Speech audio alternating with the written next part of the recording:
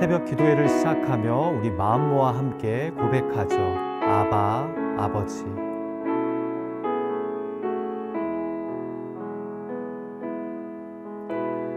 아바, 아버지, 아바, 아버지, 나를 안으시고 바라보시는 아바, 아버지. 아바, 아버지, 아바, 아버지, 나를 도우시고 힘주시는 아버지. 주는 내 마음을 고치시고 볼 수 없는 상처 만지시네.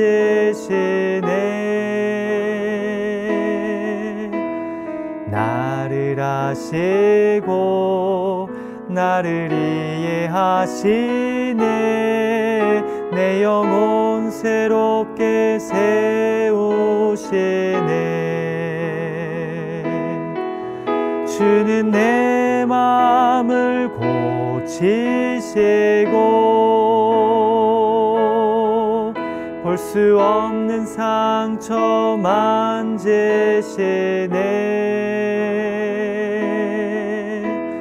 나를 아시고 나를 이해하시네.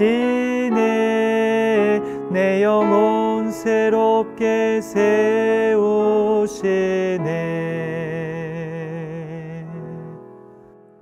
아멘. 우리 같이 기도하죠. 하나님 아버지, 오늘 하루도 구별된 시간을 허락하여 주셔서 주의 임재 앞으로 나아가게 하여 주심을 감사드립니다. 비록 온라인으로 드려지지만 이 시간이 하나님이 기뻐 받으시는, 하나님을 만나는 거룩하고 복된 시간 되게 하여 주시고, 지금 우리가 참여하고 있는 그곳이 하나님의 임재가 충만한 거룩한 땅 되게 하여 주시옵소서. 이 시간을 주님께 온전히 의탁합니다. 우리의 아바, 아버지가 되시는 하나님을 바라봅니다. 예수님의 이름으로 의탁하며 간절히 기도하옵나이다. 아멘. 이 시간 우리에게 주시는 하나님의 말씀 제가 봉독합니다. 누가복음 17장 20절에서 37절까지의 말씀입니다. 누가복음 17장 20절에서 37절까지의 말씀을 제가 봉독할 때 여러분 마음으로 귀로 함께 주십시오. 제가 봉독합니다. 바리새인들이 하나님의 나라가 어느 때에 임하나이까 묻거늘 예수께서 대답하여 이르시되 하나님의 나라는 볼 수 있게 임하는 것이 아니요 또 여기 있다 저기 있다고도 못하리니 하나님의 나라는 너희 안에 있느니라. 또 제자들에게 이르시되 때가 이르리니 너희가 인자의 날 하루를 보고자 하되 보지 못하리라. 사람이 너희에게 말하되 보라 저기 있다 보라 여기 있다 하리라. 그러나 너희는 가지도 말고 따르지도 말라. 번개가 하늘 아래 이쪽에서 번쩍이어 하늘 아래 저쪽까지 비침같이 인자도 자기 날에 그러하리라. 그러나 그가 먼저 많은 고난을 받으며 이 세대에게 버림바 되어야 할지니라. 노아의 때에 된 것과 같이 인자의 때에도 그러하리라. 노아가 방주에 들어가던 날까지 사람들이 먹고 마시고 장가들고 시집가더니 홍수가 나서 그들을 다 멸망시켰으며 또 롯의 때와 같으니 사람들이 먹고 마시고 사고 팔고 심고 집을 짓더니 롯이 소돔에서 나가던 날에 하늘로부터 불과 유황이 비오듯 하여 그들을 멸망시켰느니라. 인자가 나타나는 날에도 이러하리라. 그날에 만일 사람이 지붕 위에 있고 그의 세간이 그 집 안에 있으면 그것을 가지러 내려가지 말 것이요 밭에 있는 자도 그와 같이 뒤로 돌이키지 말 것이니라. 롯의 철을 기억하라. 무릇 자기 목숨을 보존하고자 하는 자는 잃을 것이요 있는 자는 살리리라. 내가 너희에게 이르노니 그 밤에 둘이 한자리에 누워 있음에 하나는 데려감을 얻고 하나는 버려둠을 당할 것이요 두 여자가 함께 맷돌을 갈고 있음에 하나는 데려감을 얻고 하나는 버려둠을 당할 것이니라. 그들이 대답하여 이르되 주여 어디 오니이까 이르시되 죽음 있는 곳에는 독수리가 모이느니라 하시니라. 아멘. 자, 우리는 어제까지 시편 말씀을 묵상했는데요. 다시 오늘부터 1, 2월에 묵상했던 누가복음으로 돌아갑니다. 자, 기억을 더듬어야겠지만 지금 누가복음은 9장 51절부터 갈릴리를 떠나 예루살렘으로 나아가시는 예수님의 여정을 다루고 있습니다. 이 9장 51절에서부터 19장 40절까지가 예루살렘을 향한 예수님의 여정을 보여주는 말씀인데요. 오늘 본문은 그 여정 중 예수님께 질문한 바리새인들의 모습을 우리에게 보여줍니다. 여러분, 추측하기로는 예수님이 예루살렘에 가까워지실수록 적지 않은 숫자의 바리새인들이요 예수님과 함께 이동했던 것으로 보입니다. 왜냐하면 11장부터 거의 매 장마다 바리새인들이 등장해서 예수님의 권위를 흔들기 때문입니다. 자, 오늘 본문에서는 등장해서 또 어떤 질문을 예수님께 던집니까? 하나님의 나라에 대해 질문합니다. 도대체 그 나라가 언제 임하냐는 겁니다. 여러분, 누가복음에서 하나님의 나라는 총 32번이나 등장합니다. 이 말은 예수님에게도 하나님의 나라는 매우 중요한 주제였다는 점입니다. 그리고 이것은 누가복음뿐만 아니라 다른 공간복음서도 보여줍니다. 자, 그런데요, 오늘 본문 말씀을 보니까 예수님 당시 사람들이 이해한 하나님의 나라와 예수님이 가르치신 하나님의 나라에 큰 차이가 있었음을 발견하게 됩니다. 자, 같이 본문 20절과 21절을 다시 볼까요? 바리새인들이 하나님의 나라가 어느 때에 임하나이까 묻거늘 예수께서 대답하여 이르시되 하나님의 나라는 볼 수 있게 임하는 것이 아니요 또 여기 있다 저기 있다고도 못하리니 하나님의 나라는 너희 안에 있느니라. 자, 애써 질문을 했는데 이렇게 동문서답하시듯 대답하시니 바리새인들이 더 뿔이 났을 것 같습니다. 그러나 여러분, 이 답변은 애매한 듯하나 예수님 입장에서는 매우 명확한 답변입니다. 여러분, 우리는 흔히 성경에 등장하는 하나님의 나라를 죽음 이후에 가게 되는 천국으로 이해할 때가 많습니다. 그러나 그것은 우리 시대의 크리스천 신앙과 문화가 만든 해석일 뿐입니다. 또 예수님 시대 사람들이나 바리새인들은요, 하나님의 나라란 자신들이 고대하던 메시아를 통해 로마의 압제에서 풀려나 하나님의 선택된 나라로 축복되게 살아가는 것이었습니다. 한마디로 메시아가 오셔서 세우시는 새로운 나라인 겁니다.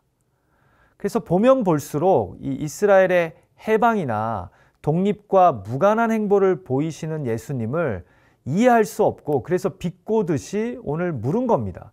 도대체 당신이 말하는 하나님의 나라가 언제 어디에서 임하냐고 말입니다.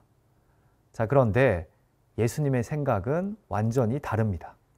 답변을 보십시오. 하나님의 나라는 죽은 다음에 가는 천국이나 메시아가 통치하는 축복된 나라같이 가시적이고 공간적인 곳이 아니라 바로 하나님의 뜻을 이루며 그분의 뜻대로 사는 사람의 마음 안에서 이루어지는 나라랍니다. 자, 그래서 예수님 뭐라고 말씀하세요? 20절에서 하나님의 나라는 볼 수 있게 임하는 것이 아니요 가시적이지 않고 또 여기 있고 저기 있다고 말할 수 없는 곳이라고 하시지 않습니까? 그러니까 장소적이지 않다라는 거예요. 그러시면서 맨 마지막에 하나님의 나라는 너희 안에 있다고 말씀하십니다. 곧 하나님의 통치가 너의 삶 속에서 강하게 경험되면 그 안에 이미 하나님의 나라가 임했다는 겁니다. 여러분, 예수님의 삶이 또한 그러하시지 않았습니까? 지금 예수님이 걸으시는 예루살렘을 향한 십자가의 길도 실상은 하나님의 나라가 이루어지는 길입니다. 예수님 안에 하나님의 나라가 지금 있습니다. 왜냐하면 내가 원해서, 내가 필요해서 가는 길이 아니라 하나님 아버지가 명령하신 구원의 도를 이루기 위해 십자가를 지기 위해 걸어가시는 길이기 때문입니다. 예수님의 복음 선포와 기사 이적을 통해 지금 하나님의 통치는요, 점점 더 실현되고 있다는 것입니다. 여러분, 오늘날을 살아가는 우리에게도 마찬가지입니다. 하나님의 나라가 어느 때에 어느 곳에만 임하십니까? 아닙니다. 우리가 내 몸과 마음이 원하는 대로 사는 것보다 나를 다스리시는 하나님의 뜻과 통치를 더 의식하고 말씀이 명령하시는 것에 나를 굴복시키고 순종할 때 하나님의 나라는 내 삶에 강력하게 임하는 겁니다. 하나님 말씀에 순종함으로 나의 감정과 성질과 바람을 다 내려놓고 오히려 믿음과 소망과 사랑으로 살아가려고 할 때 그 안에 하나님의 나라가 통치가 임하는 것입니다. 오늘 주신 말씀을 붙잡고 하루를 살아가실 때 하나님의 나라가 여러분의 삶 가운데 임하시기를 주님의 이름으로 축복합니다. 집 안에서 가족들과 관계할 때, 일터에서 고객이나 직원들을 대할 때, 예수님처럼 삶의 현장에서 길을 걸어갈 때, 운전할 때 우리가 원하는 하나님의 나라가 아닌 하나님의 뜻을 깨닫고 그분의 뜻대로 말하고 생각하고 행동하는 은혜가 우리 가운데 있기를 간절히 소망합니다. 오늘 여러분이 계획하는 중요한 일들 가운데서도 하나님의 뜻이, 하나님의 통치가 임하기를 간절히 소망합니다. 자, 질문은 바리새인들이 했는데요. 예수님은 간략하게 그들의 질문에 답하시고 오히려 제자들과 하나님의 나라에 대한 이야기를 계속 이어가십니다. 누가복음에서 자주 보여주는 패턴인데요. 바리새인들이 질문이나 도전을 해도 이들의 불손한 의도와 외식하는 성향을 아시는 주님은 오히려 제자들과 더 깊이 있게 이야기하시려는 것을 우리가 보게 됩니다. 자, 바로 전의 질문이 하나님의 나라가 어느 때에 임하냐는 것이었으면 이제는 하나님의 나라가 온전하고 충만하게 임하는 그때, 곧 종말에 대해 말씀을 하시는데요. 하나님의 나라가 충만하게 임하는 종말의 때, 심판의 때를 예수님은 뭐라고 부르십니까? 인자의 날이라고 부르십니다. 우리가 오늘 본문을 보면 22절과 24절 그리고 26절과 30절에서 계속해서 인자의 날이 나옵니다. 여러분, 사복음서에서 인자는요, 예수님이 자신을 부르시는 호칭이었는데요. 여기서 인자의 날이란 바로 예수님이 재림하시는 날을 의미합니다. 그 십자가와 부활 사건 이후 승천하신 예수 그리스도가 이 땅에 다시 오는 때가 바로 하나님의 나라가 완전하게 이루어지는 인자의 날이자 종말의 날, 심판의 날인 것입니다. 그래서 인자의 날을 이야기하시며 26절에서 물로 심판받은 노아의 방주 이야기가, 그리고 28절과 9절에서 불로 심판받은 롯의 때가 등장하는 것입니다. 자, 그런데 바리새인들에게 답변하신 것처럼 제자들에게도 똑같이 말씀하십니다. 사람들은 인자의 날, 곧 재림과 심판의 날이 저기 있다, 여기 있다 말하거나 때와 장소에 대해 이야기하겠지만 너희는 그런 말을 듣고 현혹되어 가지도 말고 따르지도 말랍니다.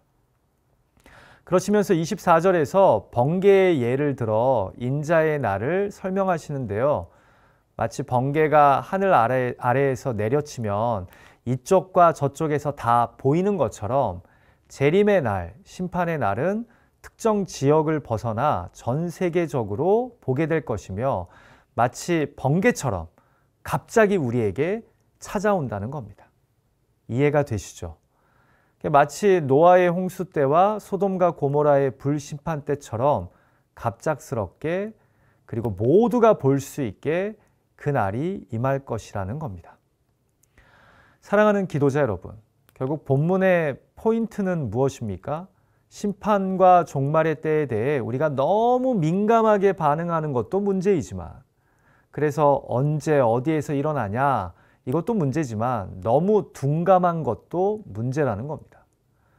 여러분, 종말에 지나치게 민감한 사람은요, 이 땅에서 하나님의 뜻을 이루는 삶에 둔감하고, 종말에 너무 둔감한 사람들은요, 결국 이 땅에서 우리가 하나님의 청지기임을 잊고 평생 살 사람처럼 살다가 갑작스럽게 인자의 날 앞에 서게 된다는 것입니다.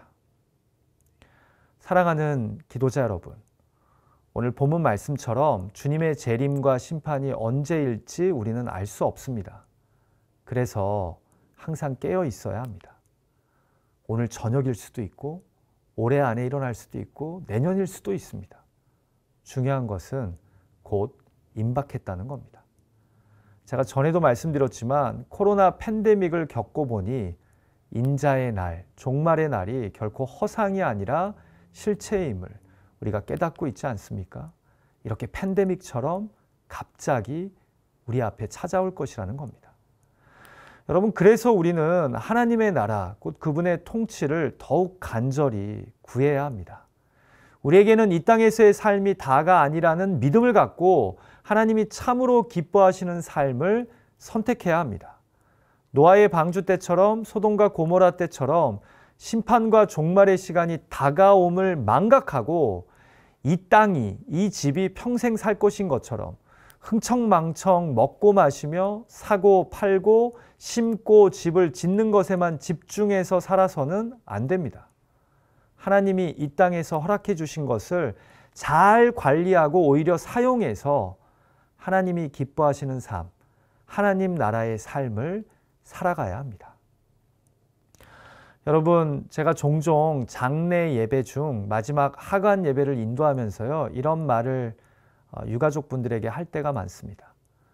고인을 떠나보내면서 우리도 언젠가 이렇게 떠나게 될 날이 온다는 것을 기억해야 한다고 말입니다. 그래서 바동바동대며 서로 미워하고 다투며 살지 말고 의미 있는 삶, 하나님 기뻐하시는 삶을 살자고 말입니다.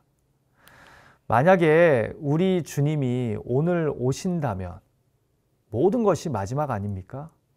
그렇다면 오늘 하루를 하나님의 뜻 안에서 더 의미 있게 살아가야 하지 않을까요?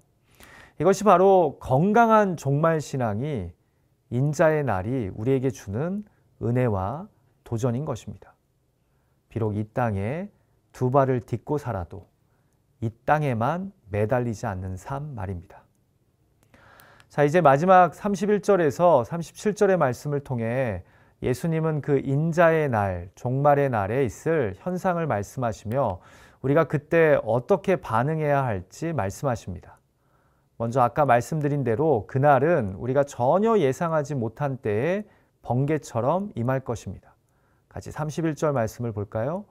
그날에 만일 사람이 지붕 위에 있고 그의 세간이 그 집 안에 있으면 그것을 가지러 내려가지 말 것이요 밭에 있는 자도 그와 같이 뒤로 돌이키지 말 것이니라. 자, 그러면서 멸망하는 소돔과 고모라를 아쉬운 마음으로 돌아본 롯의 아내 이야기를 합니다. 이렇게 기록되어 있잖아요. 롯의 철을 기억하라. 무슨 말씀입니까? 그때 세상을 돌아보지 말라는 겁니다. 불에 타 없어질 자신의 소유에 집착하지 말라는 겁니다. 뒤로 돌이켜봤자 가져올 것이 하나도 없을 것임을 말씀하십니다. 33절을 보면 오히려 이때에는 자기만 살려고 하는 자는 확실히 죽고 이때를 위해 예수님처럼 자신을 희생하며 나누고 돌봤던 자는 오히려 살게 될 것이기 때문입니다. 큐티 책자의 글을 읽어드립니다. 심판을 준비하는 자세는 소유에 대한 집착을 버리는 것입니다. 그 집착이 하나님 나라로 들어가지 못하게 발목을 잡기 때문입니다. 지금 이 세상에서 나 한 몸 잘 먹고 잘 살려는 집착을 버려야 롯의 아내가 당한 운명을 피할 수 있습니다. 참 맞는 말이죠. 그래서 여러분, 더불어 있을 때 섬기고 사랑하고 도와야 합니다. 시간이 될 때, 건강이 있을 때, 나눌 것이 있을 때 심판날에 타 없어질 것을 위해서 사는 것이 아니라 지금 당장 할 수 있는 대로 나누고 사랑하고 섬기고 용서해야 합니다. 이 종말의 말씀 앞에 그런 깨달음이 있을 수 있는 저와 여러분이 되시기를 간절히 소망합니다. 마지막으로 34절에서 37절의 말씀은 심판의 때에 누군가는 구원을 받고 누군가는 심판 때에 서게 됨을 명확하게 말씀하십니다. 헬라어 원문은 사실 누군가는 데려감을 당하고 누군가는 남겨지게 된다고 기록되어 있습니다. 그런데 개역개정은 이 남겨진 사람을 버려둔 사람이라고 의역함으로써 남는 자들이 심판대 앞에 서게 됨을 보여줍니다. 여러분, 그렇습니다. 이 마지막 인자의 날, 심판의 날에 가족, 친구, 이웃 중 누군가는 구원을 받고 누군가는 버려지게 됩니다. 그래서 우리는 깨어 하나님의 나라를 이 땅 가운데서 구하며 살아갈 뿐만 아니라 그리스도의 십자가 사랑과 복음을 이웃에게 삶으로, 말로 전해야 합니다. 이것이 바로 오늘 말씀이 우리에게 주는 귀한 도전인 것입니다. 자, 이렇게 예수님이 가시적으로 설명해 주었음에도 변함없이 어리석은 제자들은 주여 어디에서 그런 일이 일어납니까? 라고 또다시 때와 장소를 이야기합니다. 시공간에 갇혀 하나님의 나라를, 종말을 바라보는 겁니다. 이에 예수님은 더 충격적으로 답하십니다. 주검이 있는 곳에는 또한 독수리들이 모여들 것이다. 마지막 날이 명확한, 피할 수 없는 심판의 날임을, 그래서 가볍게 여기지 말라고 말씀하시는 겁니다. 이렇게 주님은 하나님의 나라와 마지막 인자의 날에 대해 오늘도 우리에게 도전하시며 말씀하시는 겁니다. 같이 기도하죠. 하나님 아버지, 우리 안에 종말 신앙이, 하나님 나라 신앙이 희미해지고 있지는 않나 솔직하게 돌아봅니다.